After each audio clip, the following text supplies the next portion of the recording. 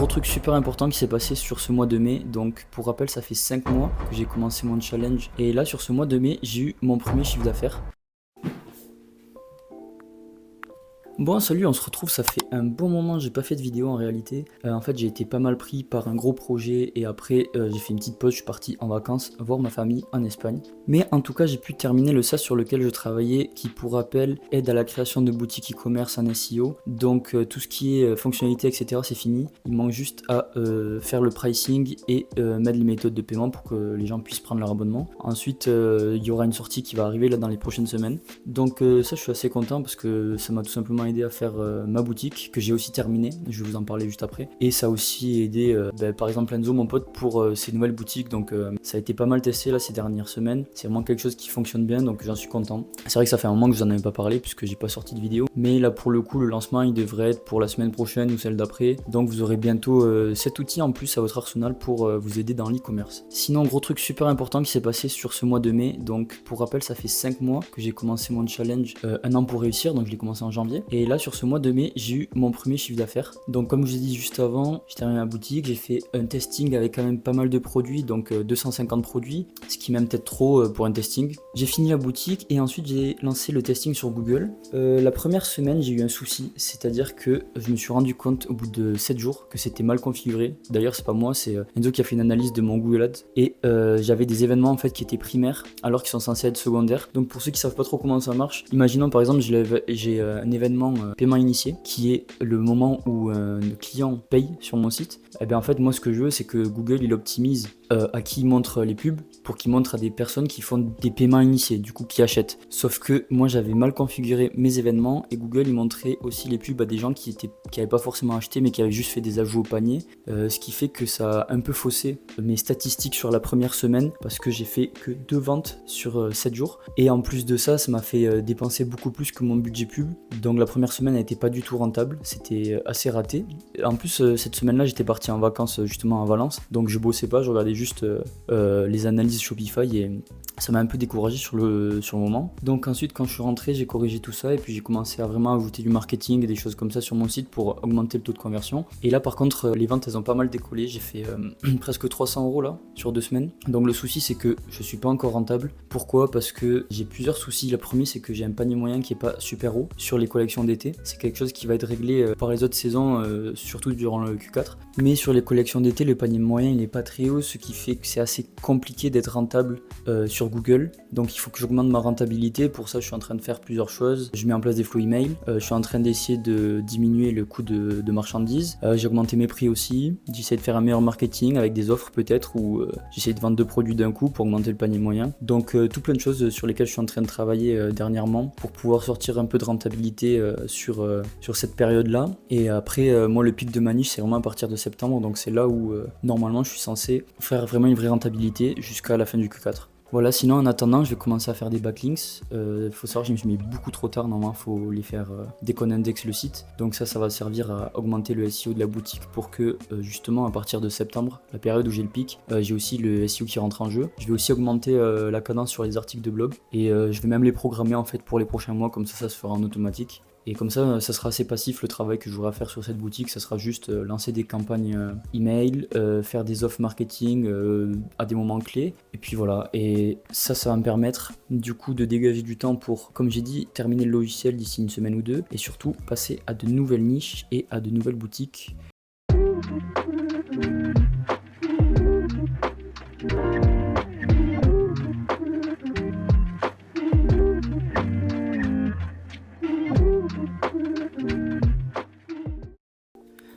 Wow, ça a été une grosse journée aujourd'hui. Bon, je vais vous expliquer un petit peu ce que j'ai fait là ces derniers jours. Donc comme je vous ai dit hier, en fait là je suis sur vraiment la boutique, essayer d'augmenter la rentabilité.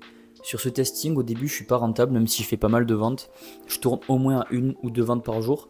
Le problème c'est que c'est un produit où j'ai pas les mêmes collections en hiver et en été. Et sur mes collections d'été en fait le prix il est pas très haut, c'est entre 30, même 25 parfois, mais c'est surtout entre 30, 35 €, parfois 40.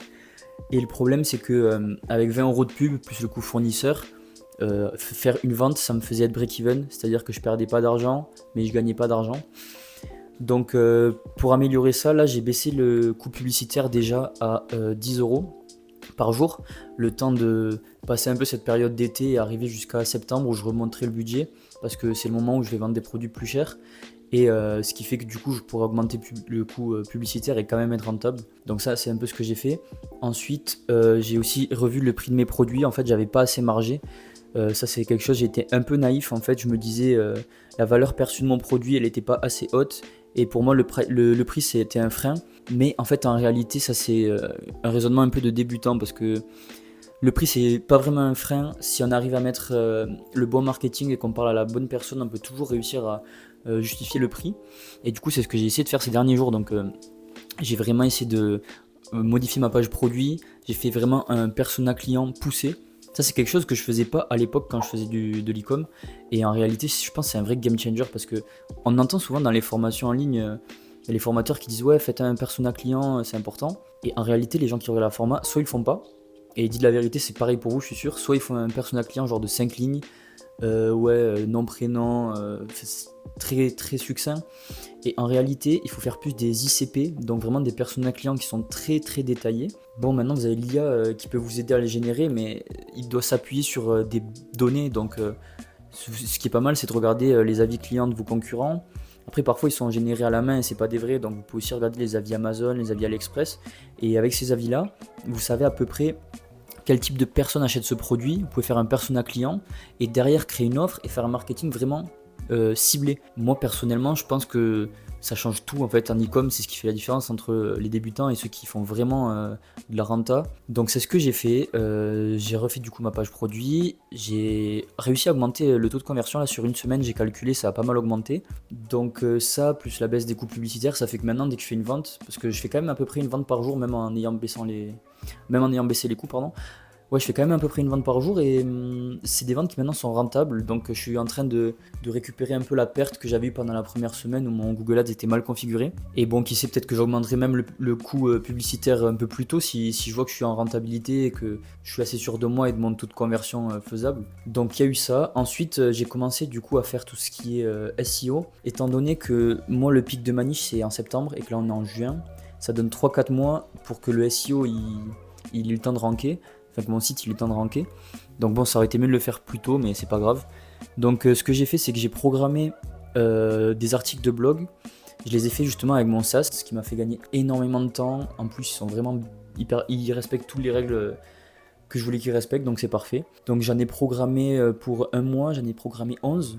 Là ce que je fais au début c'est que j'en fais 3 par semaine pendant 3 semaines, puis 2 par semaine pendant 2 semaines, puis ensuite 1 par semaine. Ça c'était un conseil de Enzo, je vous mettrai sa chaîne par ici. Et ouais donc là je fais ça, les articles de blog ils sont programmés et à côté j'ai commencé à faire des backlinks. Donc les backlinks en SEO c'est primordial. En fait si vous avez un bon SEO mais qu'il n'y a pas de backlinks, ça va pas ranker donc c'est vraiment important. Vu que j'ai pas trop de budget à dépenser, surtout que en général ce qu'on fait c'est qu'on réinvestit ce qu'on gagne avec la boutique dans la boutique pour par exemple payer des backlinks ou autre. Moi vu que j'ai pas encore de renta, pour moi ce que je fais c'est du ninja linking, donc je fais des annuaires, des trucs comme ça, c'est des endroits où on peut s'inscrire gratuitement, où on peut mettre le lien de notre site. Il y a pas mal de techniques pour chercher sur internet, sur YouTube, il y a pas mal de trucs à faire. Ça pareil, c'était un tips d'Enzo qui m'a filé des bons tuyaux pour essayer de mettre le lien de mon site un peu partout. Donc voilà, ça a été ça ces derniers jours. Vraiment amélioration du taux de conversion en ajoutant le marketing, en l'optimisant pas mal. Tout ce qui est ensuite revoir mes prix, revoir mes coûts publicitaires. Et surtout, je vous ai pas dit, mais j'ai contacté un agent. Donc de base, moi j'ai contacté l'agent parce que je me suis dit, si j'ai un agent, je vais pouvoir réduire mes coûts. Sauf qu'en réalité, j'ai pas vraiment des coûts qui sont beaucoup plus bas. Par contre, j'ai un contrôle qualité, j'ai des coûts qui sont stables, j'ai les commandes qui sont passées pour moi, j'ai un packaging qui peut être fait.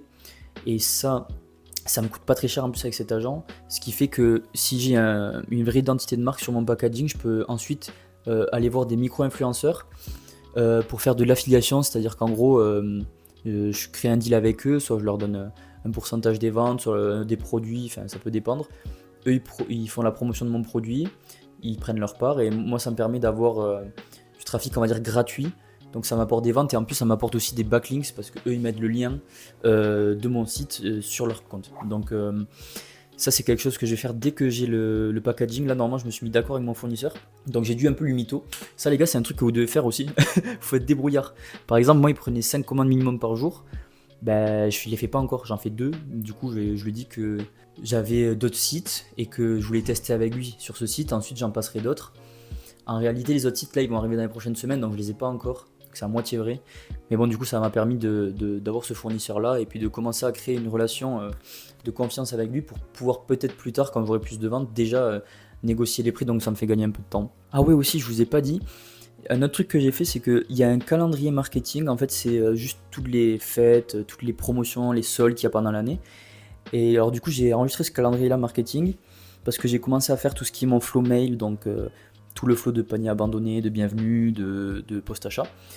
Et je me suis dit qu'avec ce calendrier marketing-là, j'allais essayer de faire des offres, des campagnes email en gros, avec des offres promotionnelles aux dates clés, bon pas toutes, parce que quand il y a trop de promotions, je trouve que ça baisse un peu la valeur perçue du produit, mais j'essaie de caler des promotions dans les dates les plus clés et qui matchent aussi avec ma niche, hein, parce que ça c'est important. Par exemple, si vous vendez un truc qui peut être forcément offert aux femmes, aux mères, ben, la fête des mères qui est juste là, c'est un bon moment pour mettre une promotion, ça dépend vraiment de votre niche. Et ouais, donc du coup là je suis en train de faire ça.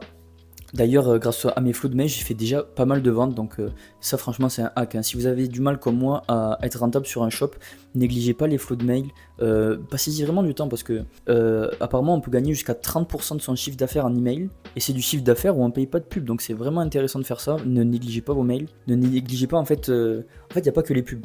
Essayez de voir un peu toutes les stratégies externes gratuites, surtout quand vous débutez et que vous n'avez pas trop d'argent. Donc tout ce qui est réseaux sociaux organiques, micro-influenceurs, email, tout ça, c'est des choses que vous devez pas laisser de côté pour pouvoir optimiser vos marges et être rentable en fait sur même des petits shops. Parce qu'en réalité, les shops avec un panier moyen de 30 euros, c'est assez compliqué d'être rentable. Surtout si on est un débutant, qu'on n'a pas du volume de commandes et qu'on peut pas vraiment bien négocier les prix. Donc voilà, petit conseil que je vous donne.